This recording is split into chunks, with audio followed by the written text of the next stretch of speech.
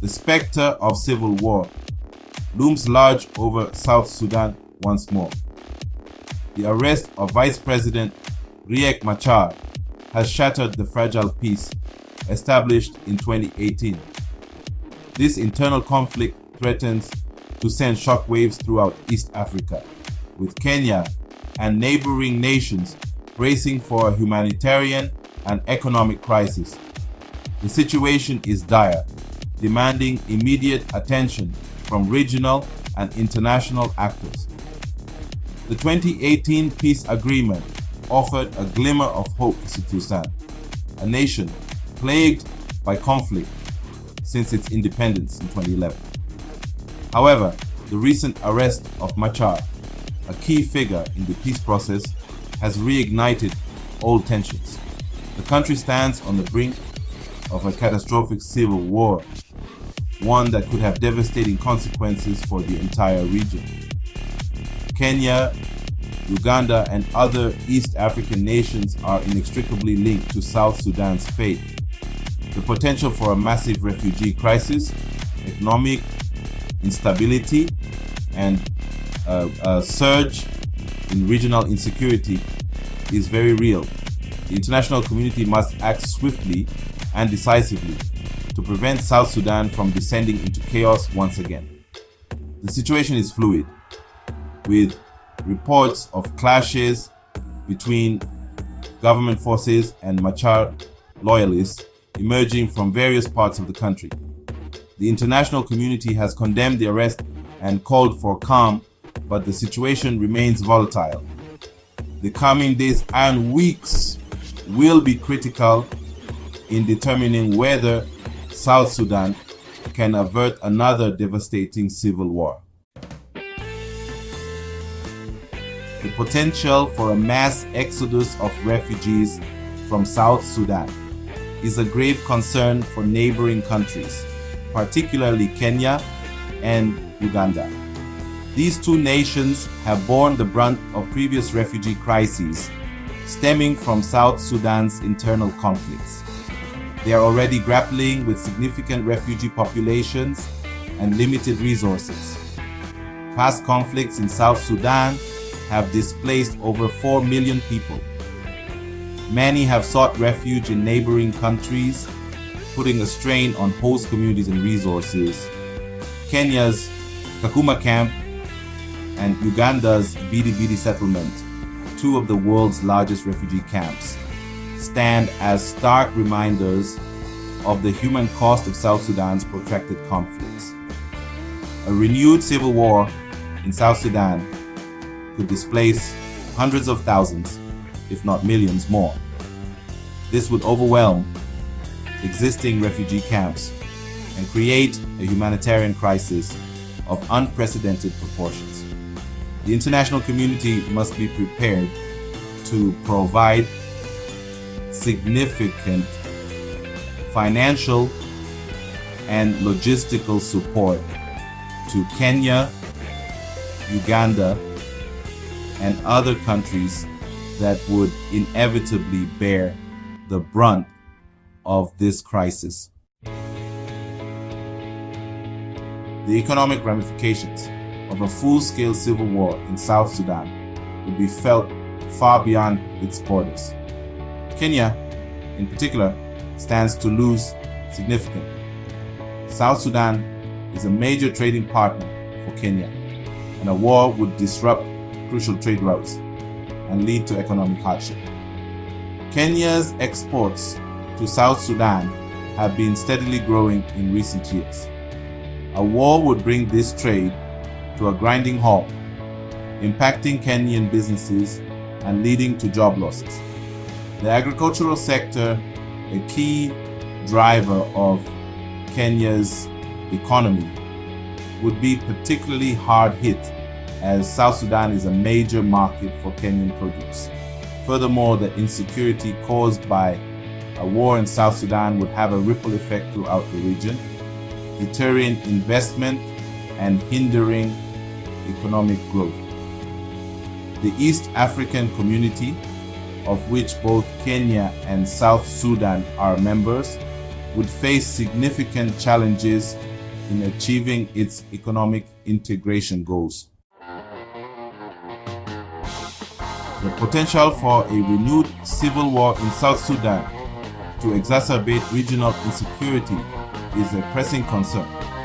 The proliferation of small arms and light weapons, a hallmark of South Sudan's conflicts, would likely increase, fueling instability in neighboring countries. The porous borders between South Sudan, Kenya, Uganda, and other neighboring countries make it difficult to control the flow of weapons. This could lead to an increase in armed banditry and cattle rustling, particularly in Kenya's northern counties, which are already grappling with insecurity.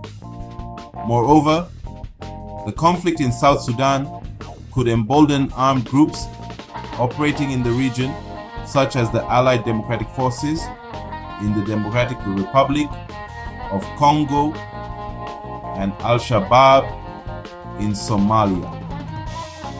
These groups could exploit the instability to expand their operations, posing a threat to regional peace and security.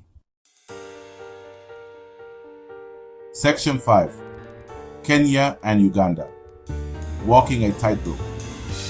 Kenya and Uganda, as key regional players, have played a significant role in mediating past peace agreements in South Sudan. However, their ability to effectively intervene in the current crisis is constrained by several factors, including limited resources and competing priorities. Both countries have contributed troops to the United Nations mission in South Sudan, or UNMISS.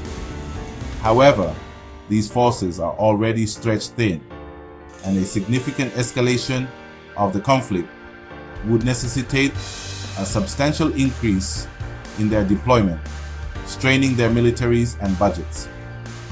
Moreover, Kenya and Uganda are also grappling with their own internal challenges, including economic difficulties and political tensions. These domestic issues could limit their capacity and willingness to commit significant resources to resolving the crisis in South Sudan. Section 6. The international community. A muted response. The international community's response to the crisis in South Sudan has been largely muted. While there have been condemnations of the violence and calls for dialogue, concrete actions to de-escalate the situation have been lacking. The United Nations Security Council has yet to agree on a unified strategy to address the crisis. Sanctions, while often discussed, have proven ineffective in the past and risk exacerbating the suffering of ordinary South Sudanese citizens. The African Union has also been slow to respond. While the AU has played a role in mediating previous peace agreements in South Sudan, its current inaction underscores the organization's limitations in effectively addressing crises on the continent. Section 7. Echoes of past failures. The current situation in South Sudan is a stark reminder of the international community's past failures to prevent and resolve conflicts in the country. Despite numerous peace agreements and billions of dollars in aid, South Sudan remains mired in violence and instability. The 2015 peace agreement, hailed as a breakthrough at the time, ultimately failed to address the root causes of the conflict, including political exclusion, corruption, and impunity. The international community's failure to hold South Sudanese leaders accountable for human rights violations and other abuses further emboldened them. The current crisis is a tragic repetition of past mistakes. The international community must learn from these failures and adopt a more robust and comprehensive approach to resolving the conflict in South Sudan. Section 8. A call to action. Averting disaster. Preventing a full-scale civil war in South Sudan requires urgent and decisive action from regional and international actors. The focus must be on protecting civilians, promoting dialogue, and addressing the root causes of the conflict. Neighboring countries, particularly Kenya and Uganda, must be supported in their efforts to provide humanitarian assistance to refugees fleeing the violence. The international community must provide the necessary financial and logistical resources to ensure that refugees' basic needs are met. Furthermore, regional and international actors must work together to facilitate dialogue between the warring parties in South Sudan. This dialogue should aim to achieve a cessation of hostilities, the release of political prisoners, and the establishment of a transitional government that is inclusive and representative of all South Sudanese people. Section 9. The future of East Africa. A shared responsibility. The crisis in South Sudan is not just a South Sudanese problem. It is a regional and international crisis that demands a collective response. The future of East Africa hinges on the ability of regional actors and the international community to work together to prevent further bloodshed and instability. Failure to act decisively will have far-reaching consequences. It will not only prolong the suffering of the South Sudanese people, but also destabilize the entire East African region, undermining economic development and jeopardizing peace and security. The time to act is now. The international community must demonstrate the political will and commitment necessary to help South Sudan achieve lasting peace and stability. The alternative is too dire to contemplate.